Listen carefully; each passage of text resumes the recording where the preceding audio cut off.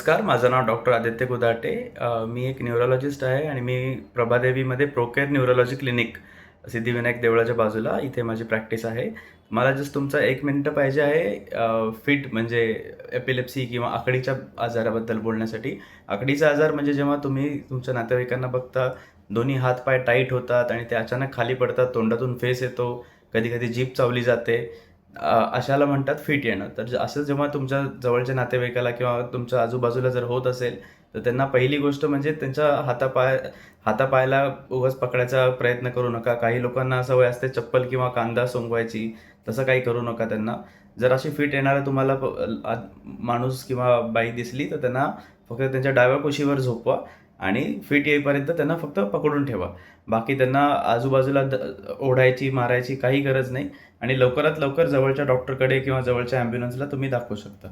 त्याच्यानंतर मला तेच सांगायची इच्छा आहे, की फिटसारखा आजार आहे, फिटचा आजार आहे तो पूर्णपणे बरा होऊ शकतो, पण त्याला वेळच्या वेळीच त्याचं निदान झालं तर. तर जसं तुमच्या परिवारामध्ये, तुमच्या मित्रसमाजामध्ये कोणाला फिटचा किंवा आकडीचा आजार असेल, तर त्यांना लवकरात लवकर न्यूरोलॉजीला दाखवा. एपिलेप्सी हा एक न्यूरोलॉजिकल विकार आहे ज्यामध्ये वारंवार फिट्स येतात. कोणाला तरी फिट्स येताना पाहणे धक्कादायक असू शकते, पण योग्य पावले समजून घेणे त्यांच्या सुरक्षिततेसाठी महत्त्वाचे ठरते. या व्हिडिओद्वारे तुम्ही परिस्थिती व्यवस्थित हाताळण्याच्या योग्य पद्धती शिकाल. मिरगीचा झटका ही एक अशी समस्या आहे ज्यामध्ये रुग्णाला अचानक आणि वारंवार अनियंत्रित फिट्सचे झटके येतात. हा त्रास मेंदूतील विद्युत अवरोधामुळे होतो. तुमचं प्राथमिक उद्दिष्ट म्हणजे त्या व्यक्तीला इजा होण्यापासून वाचवणे. जर ती व्यक्ती उभी किंवा बसलेली असेल तर तिला हळुवारपणे जमिनीवर पडून राहण्यास मदत करा. फिट्स आलेले असताना त्या व्यक्तीला कोणत्याही कठोर किंवा धारदार वस्तूंपासून दूर ठेवा, जेणेकरून तिला इजा होणार नाही. जमिनीवर पहुडल्यानंतर जमिनीवर आदरू नये म्हणून त्यांच्या डोक्याखाली उशी किंवा दुमडलेला जॅकेट यांसारखी मऊ आणि सपाट वस्तू ठेवा.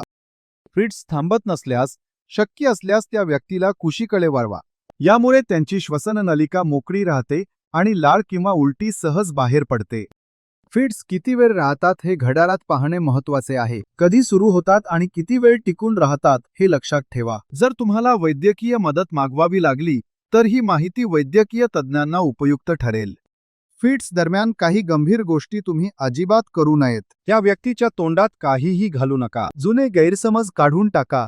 यामुळे त्यांच्या दातांना किंवा जबड्याला इजा होऊ शकते आणि श्वसन नलिकेत अडथळा येऊ शकतो. तसेच त्यांच्या हालचाली रोखण्याचा प्रयत्न करू नका. फिट्स नैसर्गिकरित्या होऊ द्या, पण त्यांना धोकादायक वस्तूंपासून दूर ठेवा. फिट्स पूर्णपणे थांबेपर्यंत त्यांना अन्न किंवा पाणी देऊ नका.